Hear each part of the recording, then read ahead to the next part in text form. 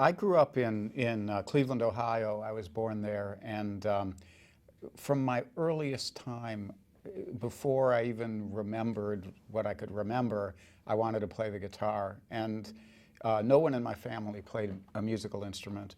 And I remember being led through Sears and Roebuck in East Cleveland by my mom, by the hand, and I was about 3 years old, and seeing what then appeared to be this glowing sunburst guitar. And in the same way that like a dog will sometimes just glue its nose to the ground, I just stopped dead in my tracks. It was probably like a $40 Silvertone or something, but at the time, it just looked to me like a religious icon. And I've heard Chet Atkins play on like the Gary Moore show or something like that. And then I really fell in love with the Everly Brothers when I was a little kid, and learned later that that was where my penchant for J200s came, even before Reverend Gary Davis. But those early things, my brother was a big music fan. He's about 4 years older than me, and introduced me to early Johnny Cash and early Elvis Presley, and a bunch of other stuff, all the music of the day, what was kind of the proto Motown stuff, and a lot of country music, Jim Lowe and Ferlin Husky. And so I grew up just listening to a huge amount of kind of unpopular, popular music.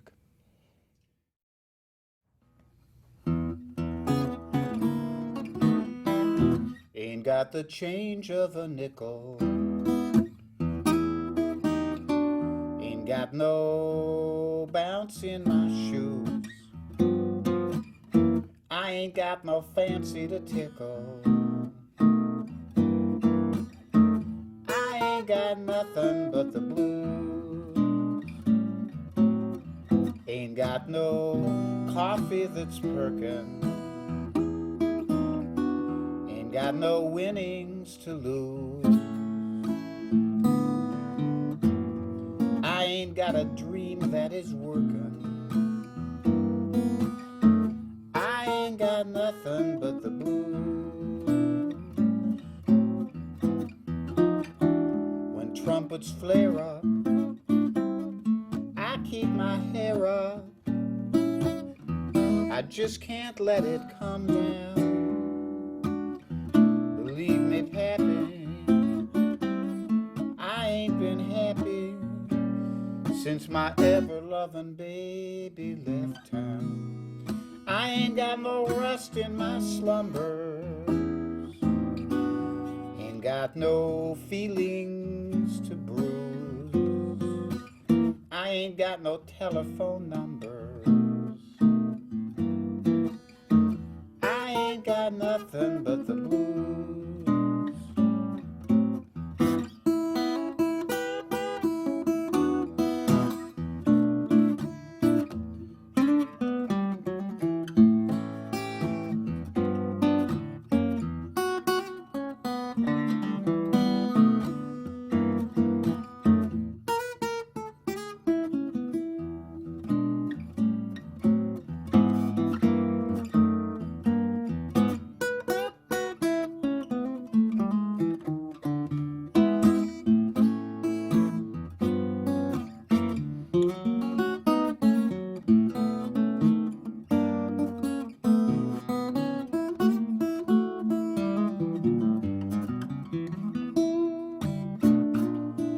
Trumpets flare up, I keep my hair up, I just can't let it come down.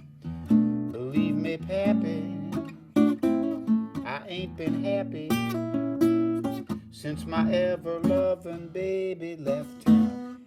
I ain't got no rest in my slumbers, ain't got no feelings to bruise, I ain't got no telephone numbers, I ain't got nothing but the blues.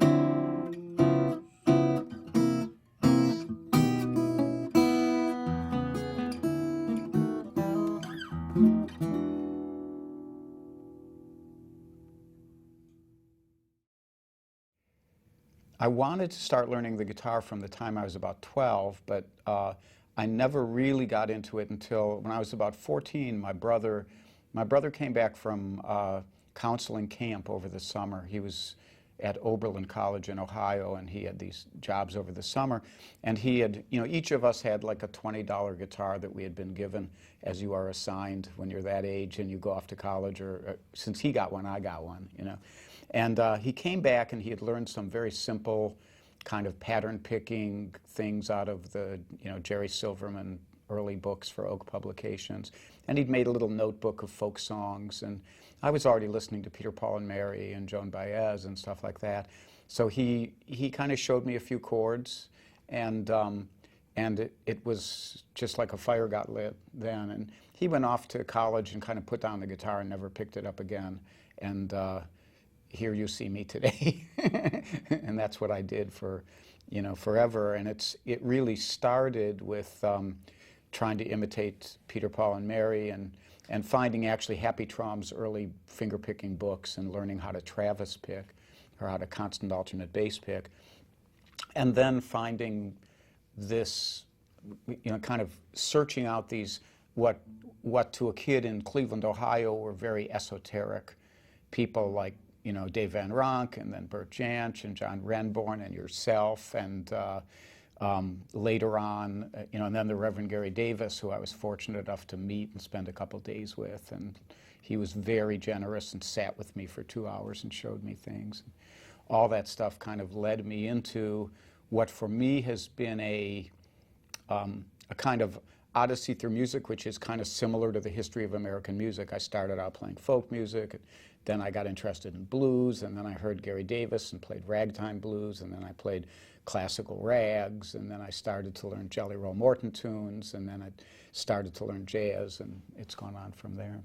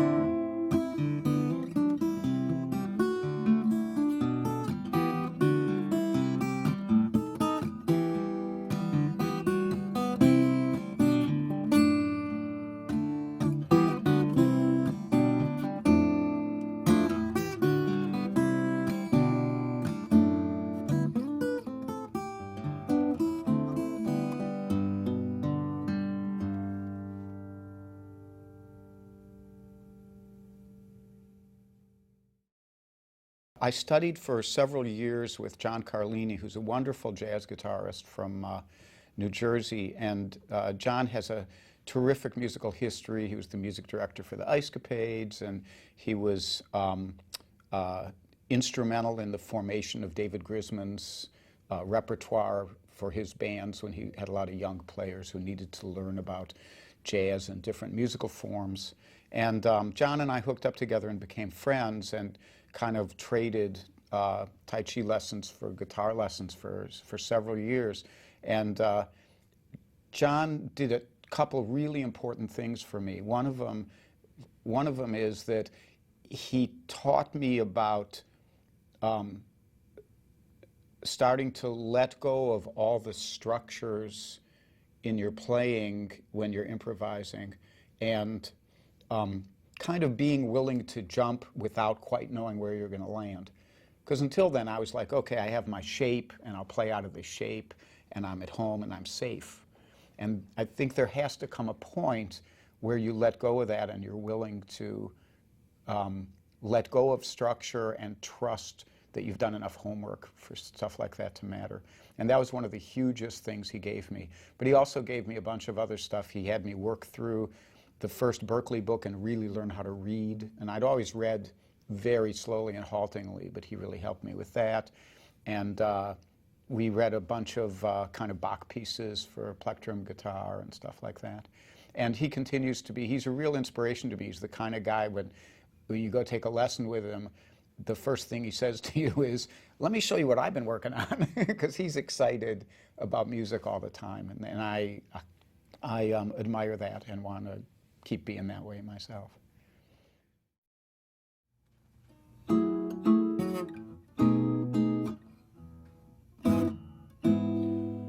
Well, I make a date for golf. You can bet your life it rains. I try to have a party, and the guy upstairs complains. I guess I'll go through life just catching colds and missing trains. Everything happens to me. You know I never missed a thing. I've had the measles and the mumps. And when I play an ace at cards, well, my partner always trumps. I guess I'm just a fool who never looks before he jumps. Everything happens to me. Well, at first my heart thought you could end this jinx for me, that love would turn the trick to end despair. But now I just can't fool this head that thinks for me. I've mortgaged all my castles in the air. I telegraphed and telephoned. I sent an airmail special too. Your answer was goodbye, and there was even postage due. I fell in love just once, and it was with a creep like you. Everything happens to me.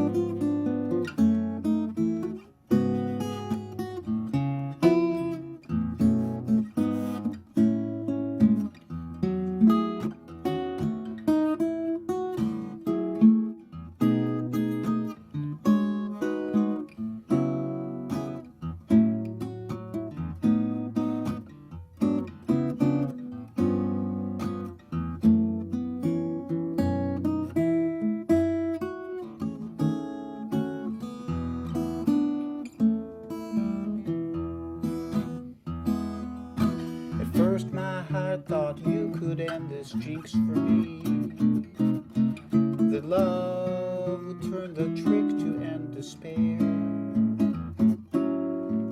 But now I just can't fool this head that thinks for me. I've mortgaged all my castles in the air. I've telegraphed and telephoned. I sent an airmail special too. Your answer was goodbye. There was even postage too. I fell in love just once, and then it had to be with you. Everything happens to me.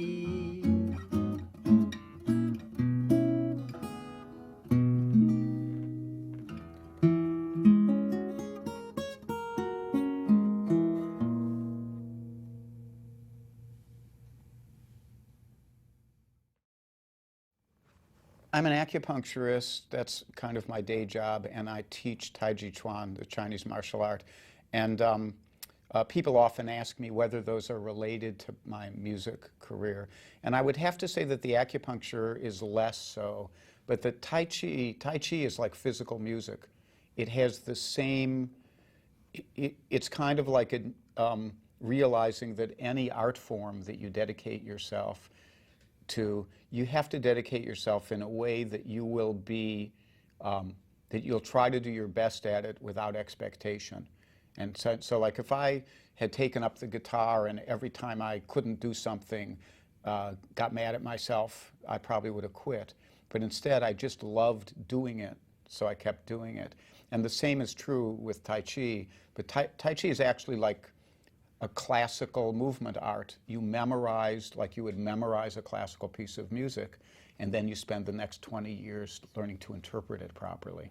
And of course, in Tai Chi, that interpretation depends on very subtle issues of body mechanics. And I studied, strangely, the studio we're filming here is right downstairs from Grandmaster William C.C. Chen, who was my teacher for the last 30 years or so.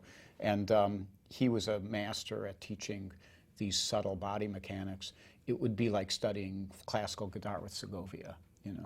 And I see those all the time as having great parallels. They're about practicing the same thing again and again, day in, day out, and always trying to make it new as you're doing it.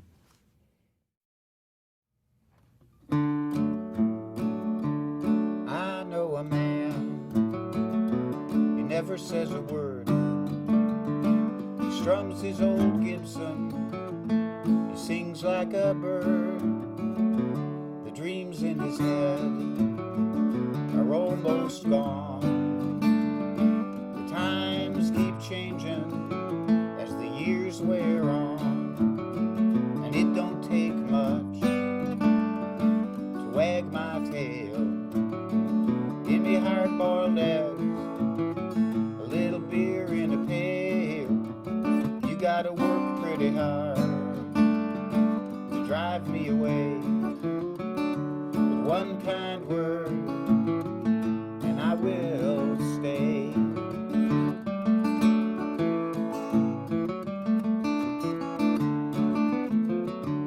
Driving in my car, I travel all around. Get up on a stage here in your town. I used to chase all the women, I guess I still do. But love is best when it's tender and true, and it don't take much to wag my tail. Give me hard-boiled eggs, a little beer in a pail. You gotta work pretty hard to drive me away with one kind word, and I will stay.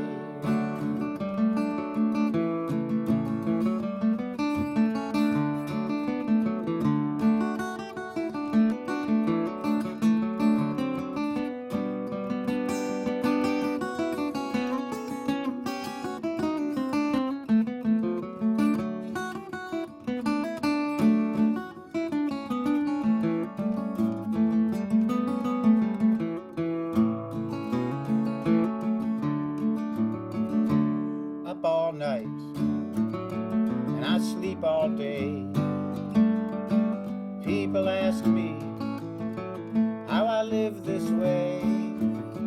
Well, I don't call it living, I call it just getting by. If I had the ambition, I'd be a hell of a guy. And I'm about half crazy at the end of my chain.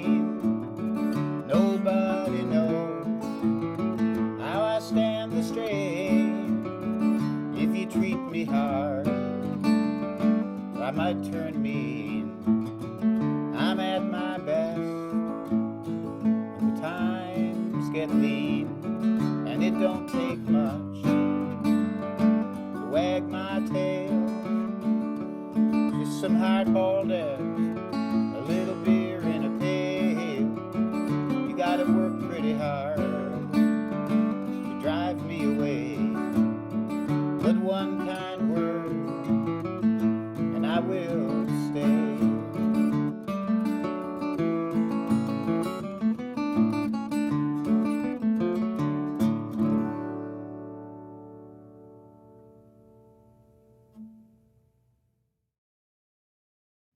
I do play, for most of my life. I mean, I've played guitar since 1964, and most of that time I considered myself a fingerstyle guitarist.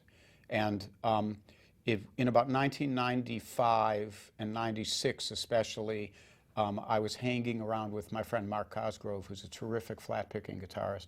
And by hanging with him at Winfield, which is the National Guitar Championships, I got to sit and jam with a lot of other national champions. I was way, way out of my depth as a player, but they were very gracious and accepted me into that group. And as a result, I said, being a fingerstyle guitarist who basically sits in his room working this stuff out, maybe I'm missing out on something really nice interpersonally here. And so I started really working on flat picking, started out with bluegrass, and eventually I realized that I simply don't have the physical speed to keep up with those guys. So I headed more towards swing and jazz. And so as far as the flat picking part of it goes, I still play kind of American roots music, I would call it. I wouldn't be good in a bluegrass band because I'm a terrible harmony singer and because I can't really play at the speeds of those guys. But I love playing those styles, and they're a big part of what I do. And when I pick up the guitar in the morning every day, I usually play through some flat picking things. Usually right now I play through Bill Levitt's excerpt of Paganini's Perpetual Motion, and then I'll play, because I just don't want to forget it for the umpty-umpth time, I'll play the Head to Donna Lee in A flat, and then I'll play some bluegrass for a while. And if I'm working on stuff for getting ready to teach at a flat picking camp, then I'll play mostly flat picking. When I play fingerstyle, I started out for many, many years, I played with the thumb pick and finger picks. And that was partially after meeting Reverend Gary Davis and trying to emulate his physical technique a little bit. Eventually, my physical skills with age have degraded to the point where my accuracy is at a level where I could still play Gary Davis stuff because you can be a little loose with it and it still feels okay. But I can't play really precision stuff with picks.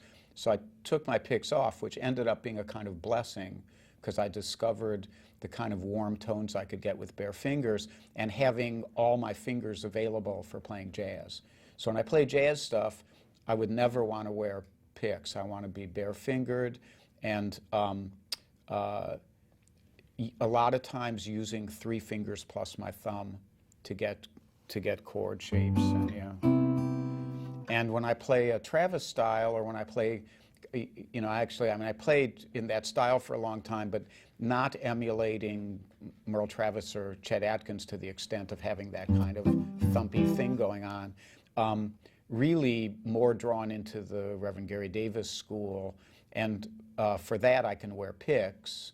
But if I just finger pick regular stuff, and a lot of the music I write, which really is not obviously related to any of that stuff, it's just folk music, or, and if anything, it's obviously immensely related to the fact that I heard Bert Jansch play Angie in 1965, and I've loved every A minor instrumental in the world ever since.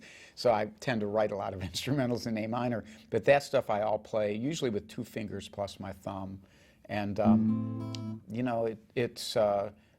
I see the way in which you start with a very structured thing like alternate bass, and then as you go along, you can, that is in your head, but not necessarily always happening with your hand. And you can keep the rhythm going.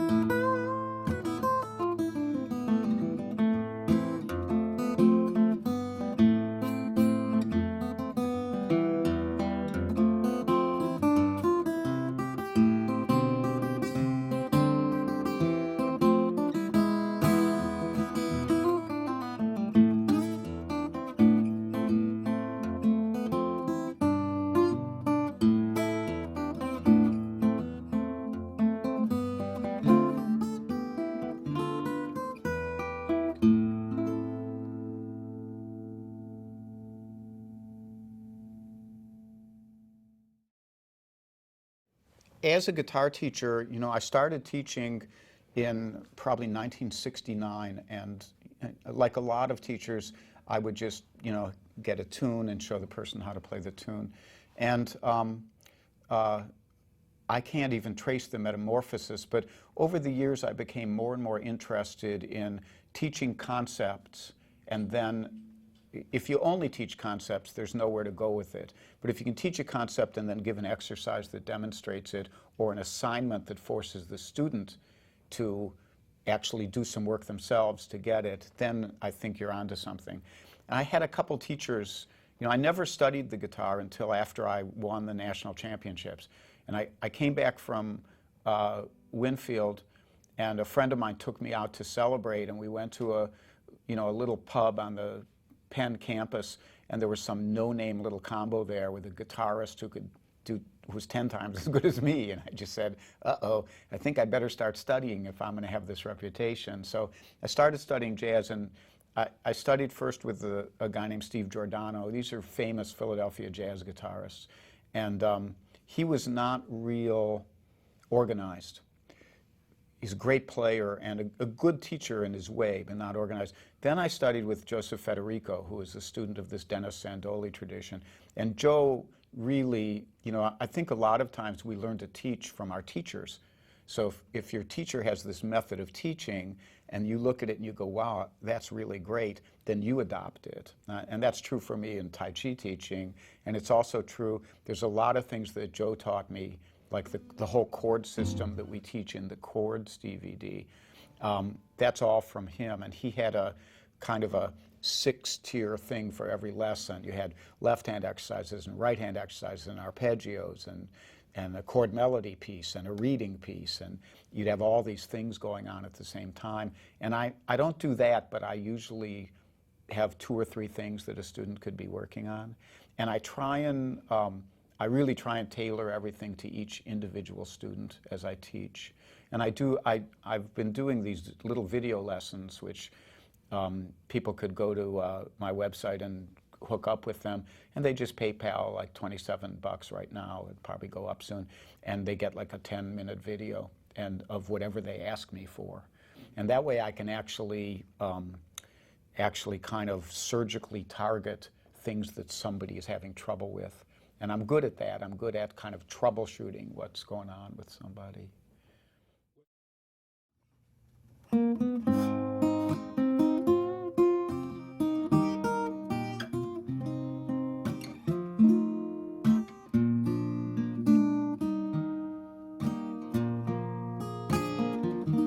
Now there ain't no more cane on the Brazos, boys.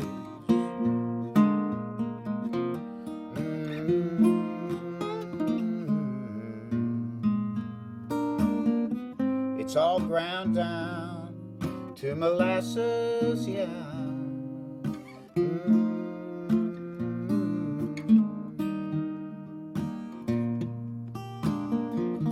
Now you should have been on the river, 19 and 4.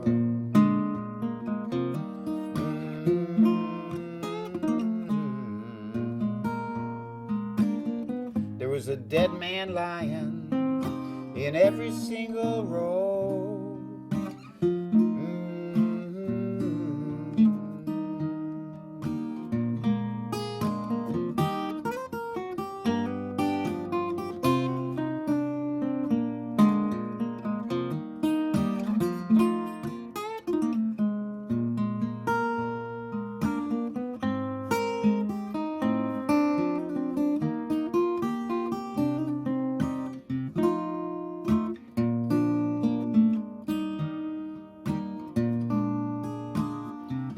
And you should have been on the river in 1910.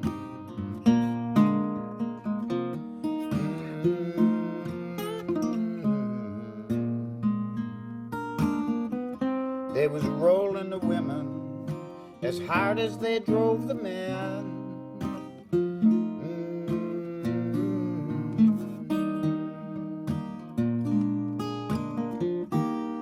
Now go down, Hannah, don't you rise no more.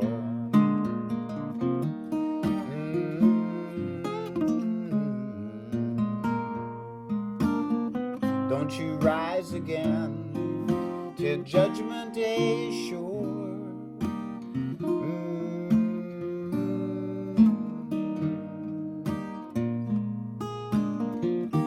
Yeah, there ain't no more Cain on the Brazos boys.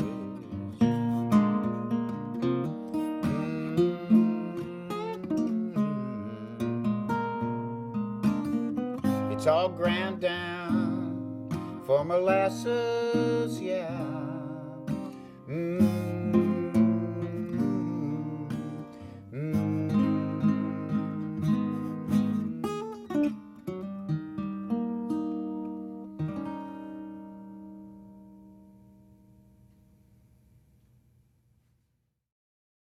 I think the danger of a DVD lesson is that the student cannot always correctly assess whether they've got it or not. And there's a way around that, and the way around it is usually recording himself or herself and then listening back to it a couple days later. And if they listen back and go, man, I really got it, that's great. And if they don't, they'll go, uh-oh, I better go back to the drawing board. I went back to the drawing board a lot of times while I was studying, and a lot of times I did that. I recorded myself and listened back. It's not always a comfortable thing to do. It can be demoralizing sometimes, but it, you know, in the true act of learning, it's not without pain. There's no way to, you know, I don't believe, to learn anything without going through some struggle, some stress. So if you use DVDs, I think that that's one of the problems, is that you're not getting assessed by the teacher. And the other problem is that, just like with books, I think a lot of people buy a DVD, they look at it, you know, it could be a DVD that has decades of knowledge put into one DVD, and then they look at it and they work with it for maybe a couple days, and then they put it on their bookshelf, and then maybe they never take it down again. And when I say they, I know that I'm guilty of this sometimes. So, you know, sometimes I make myself go back.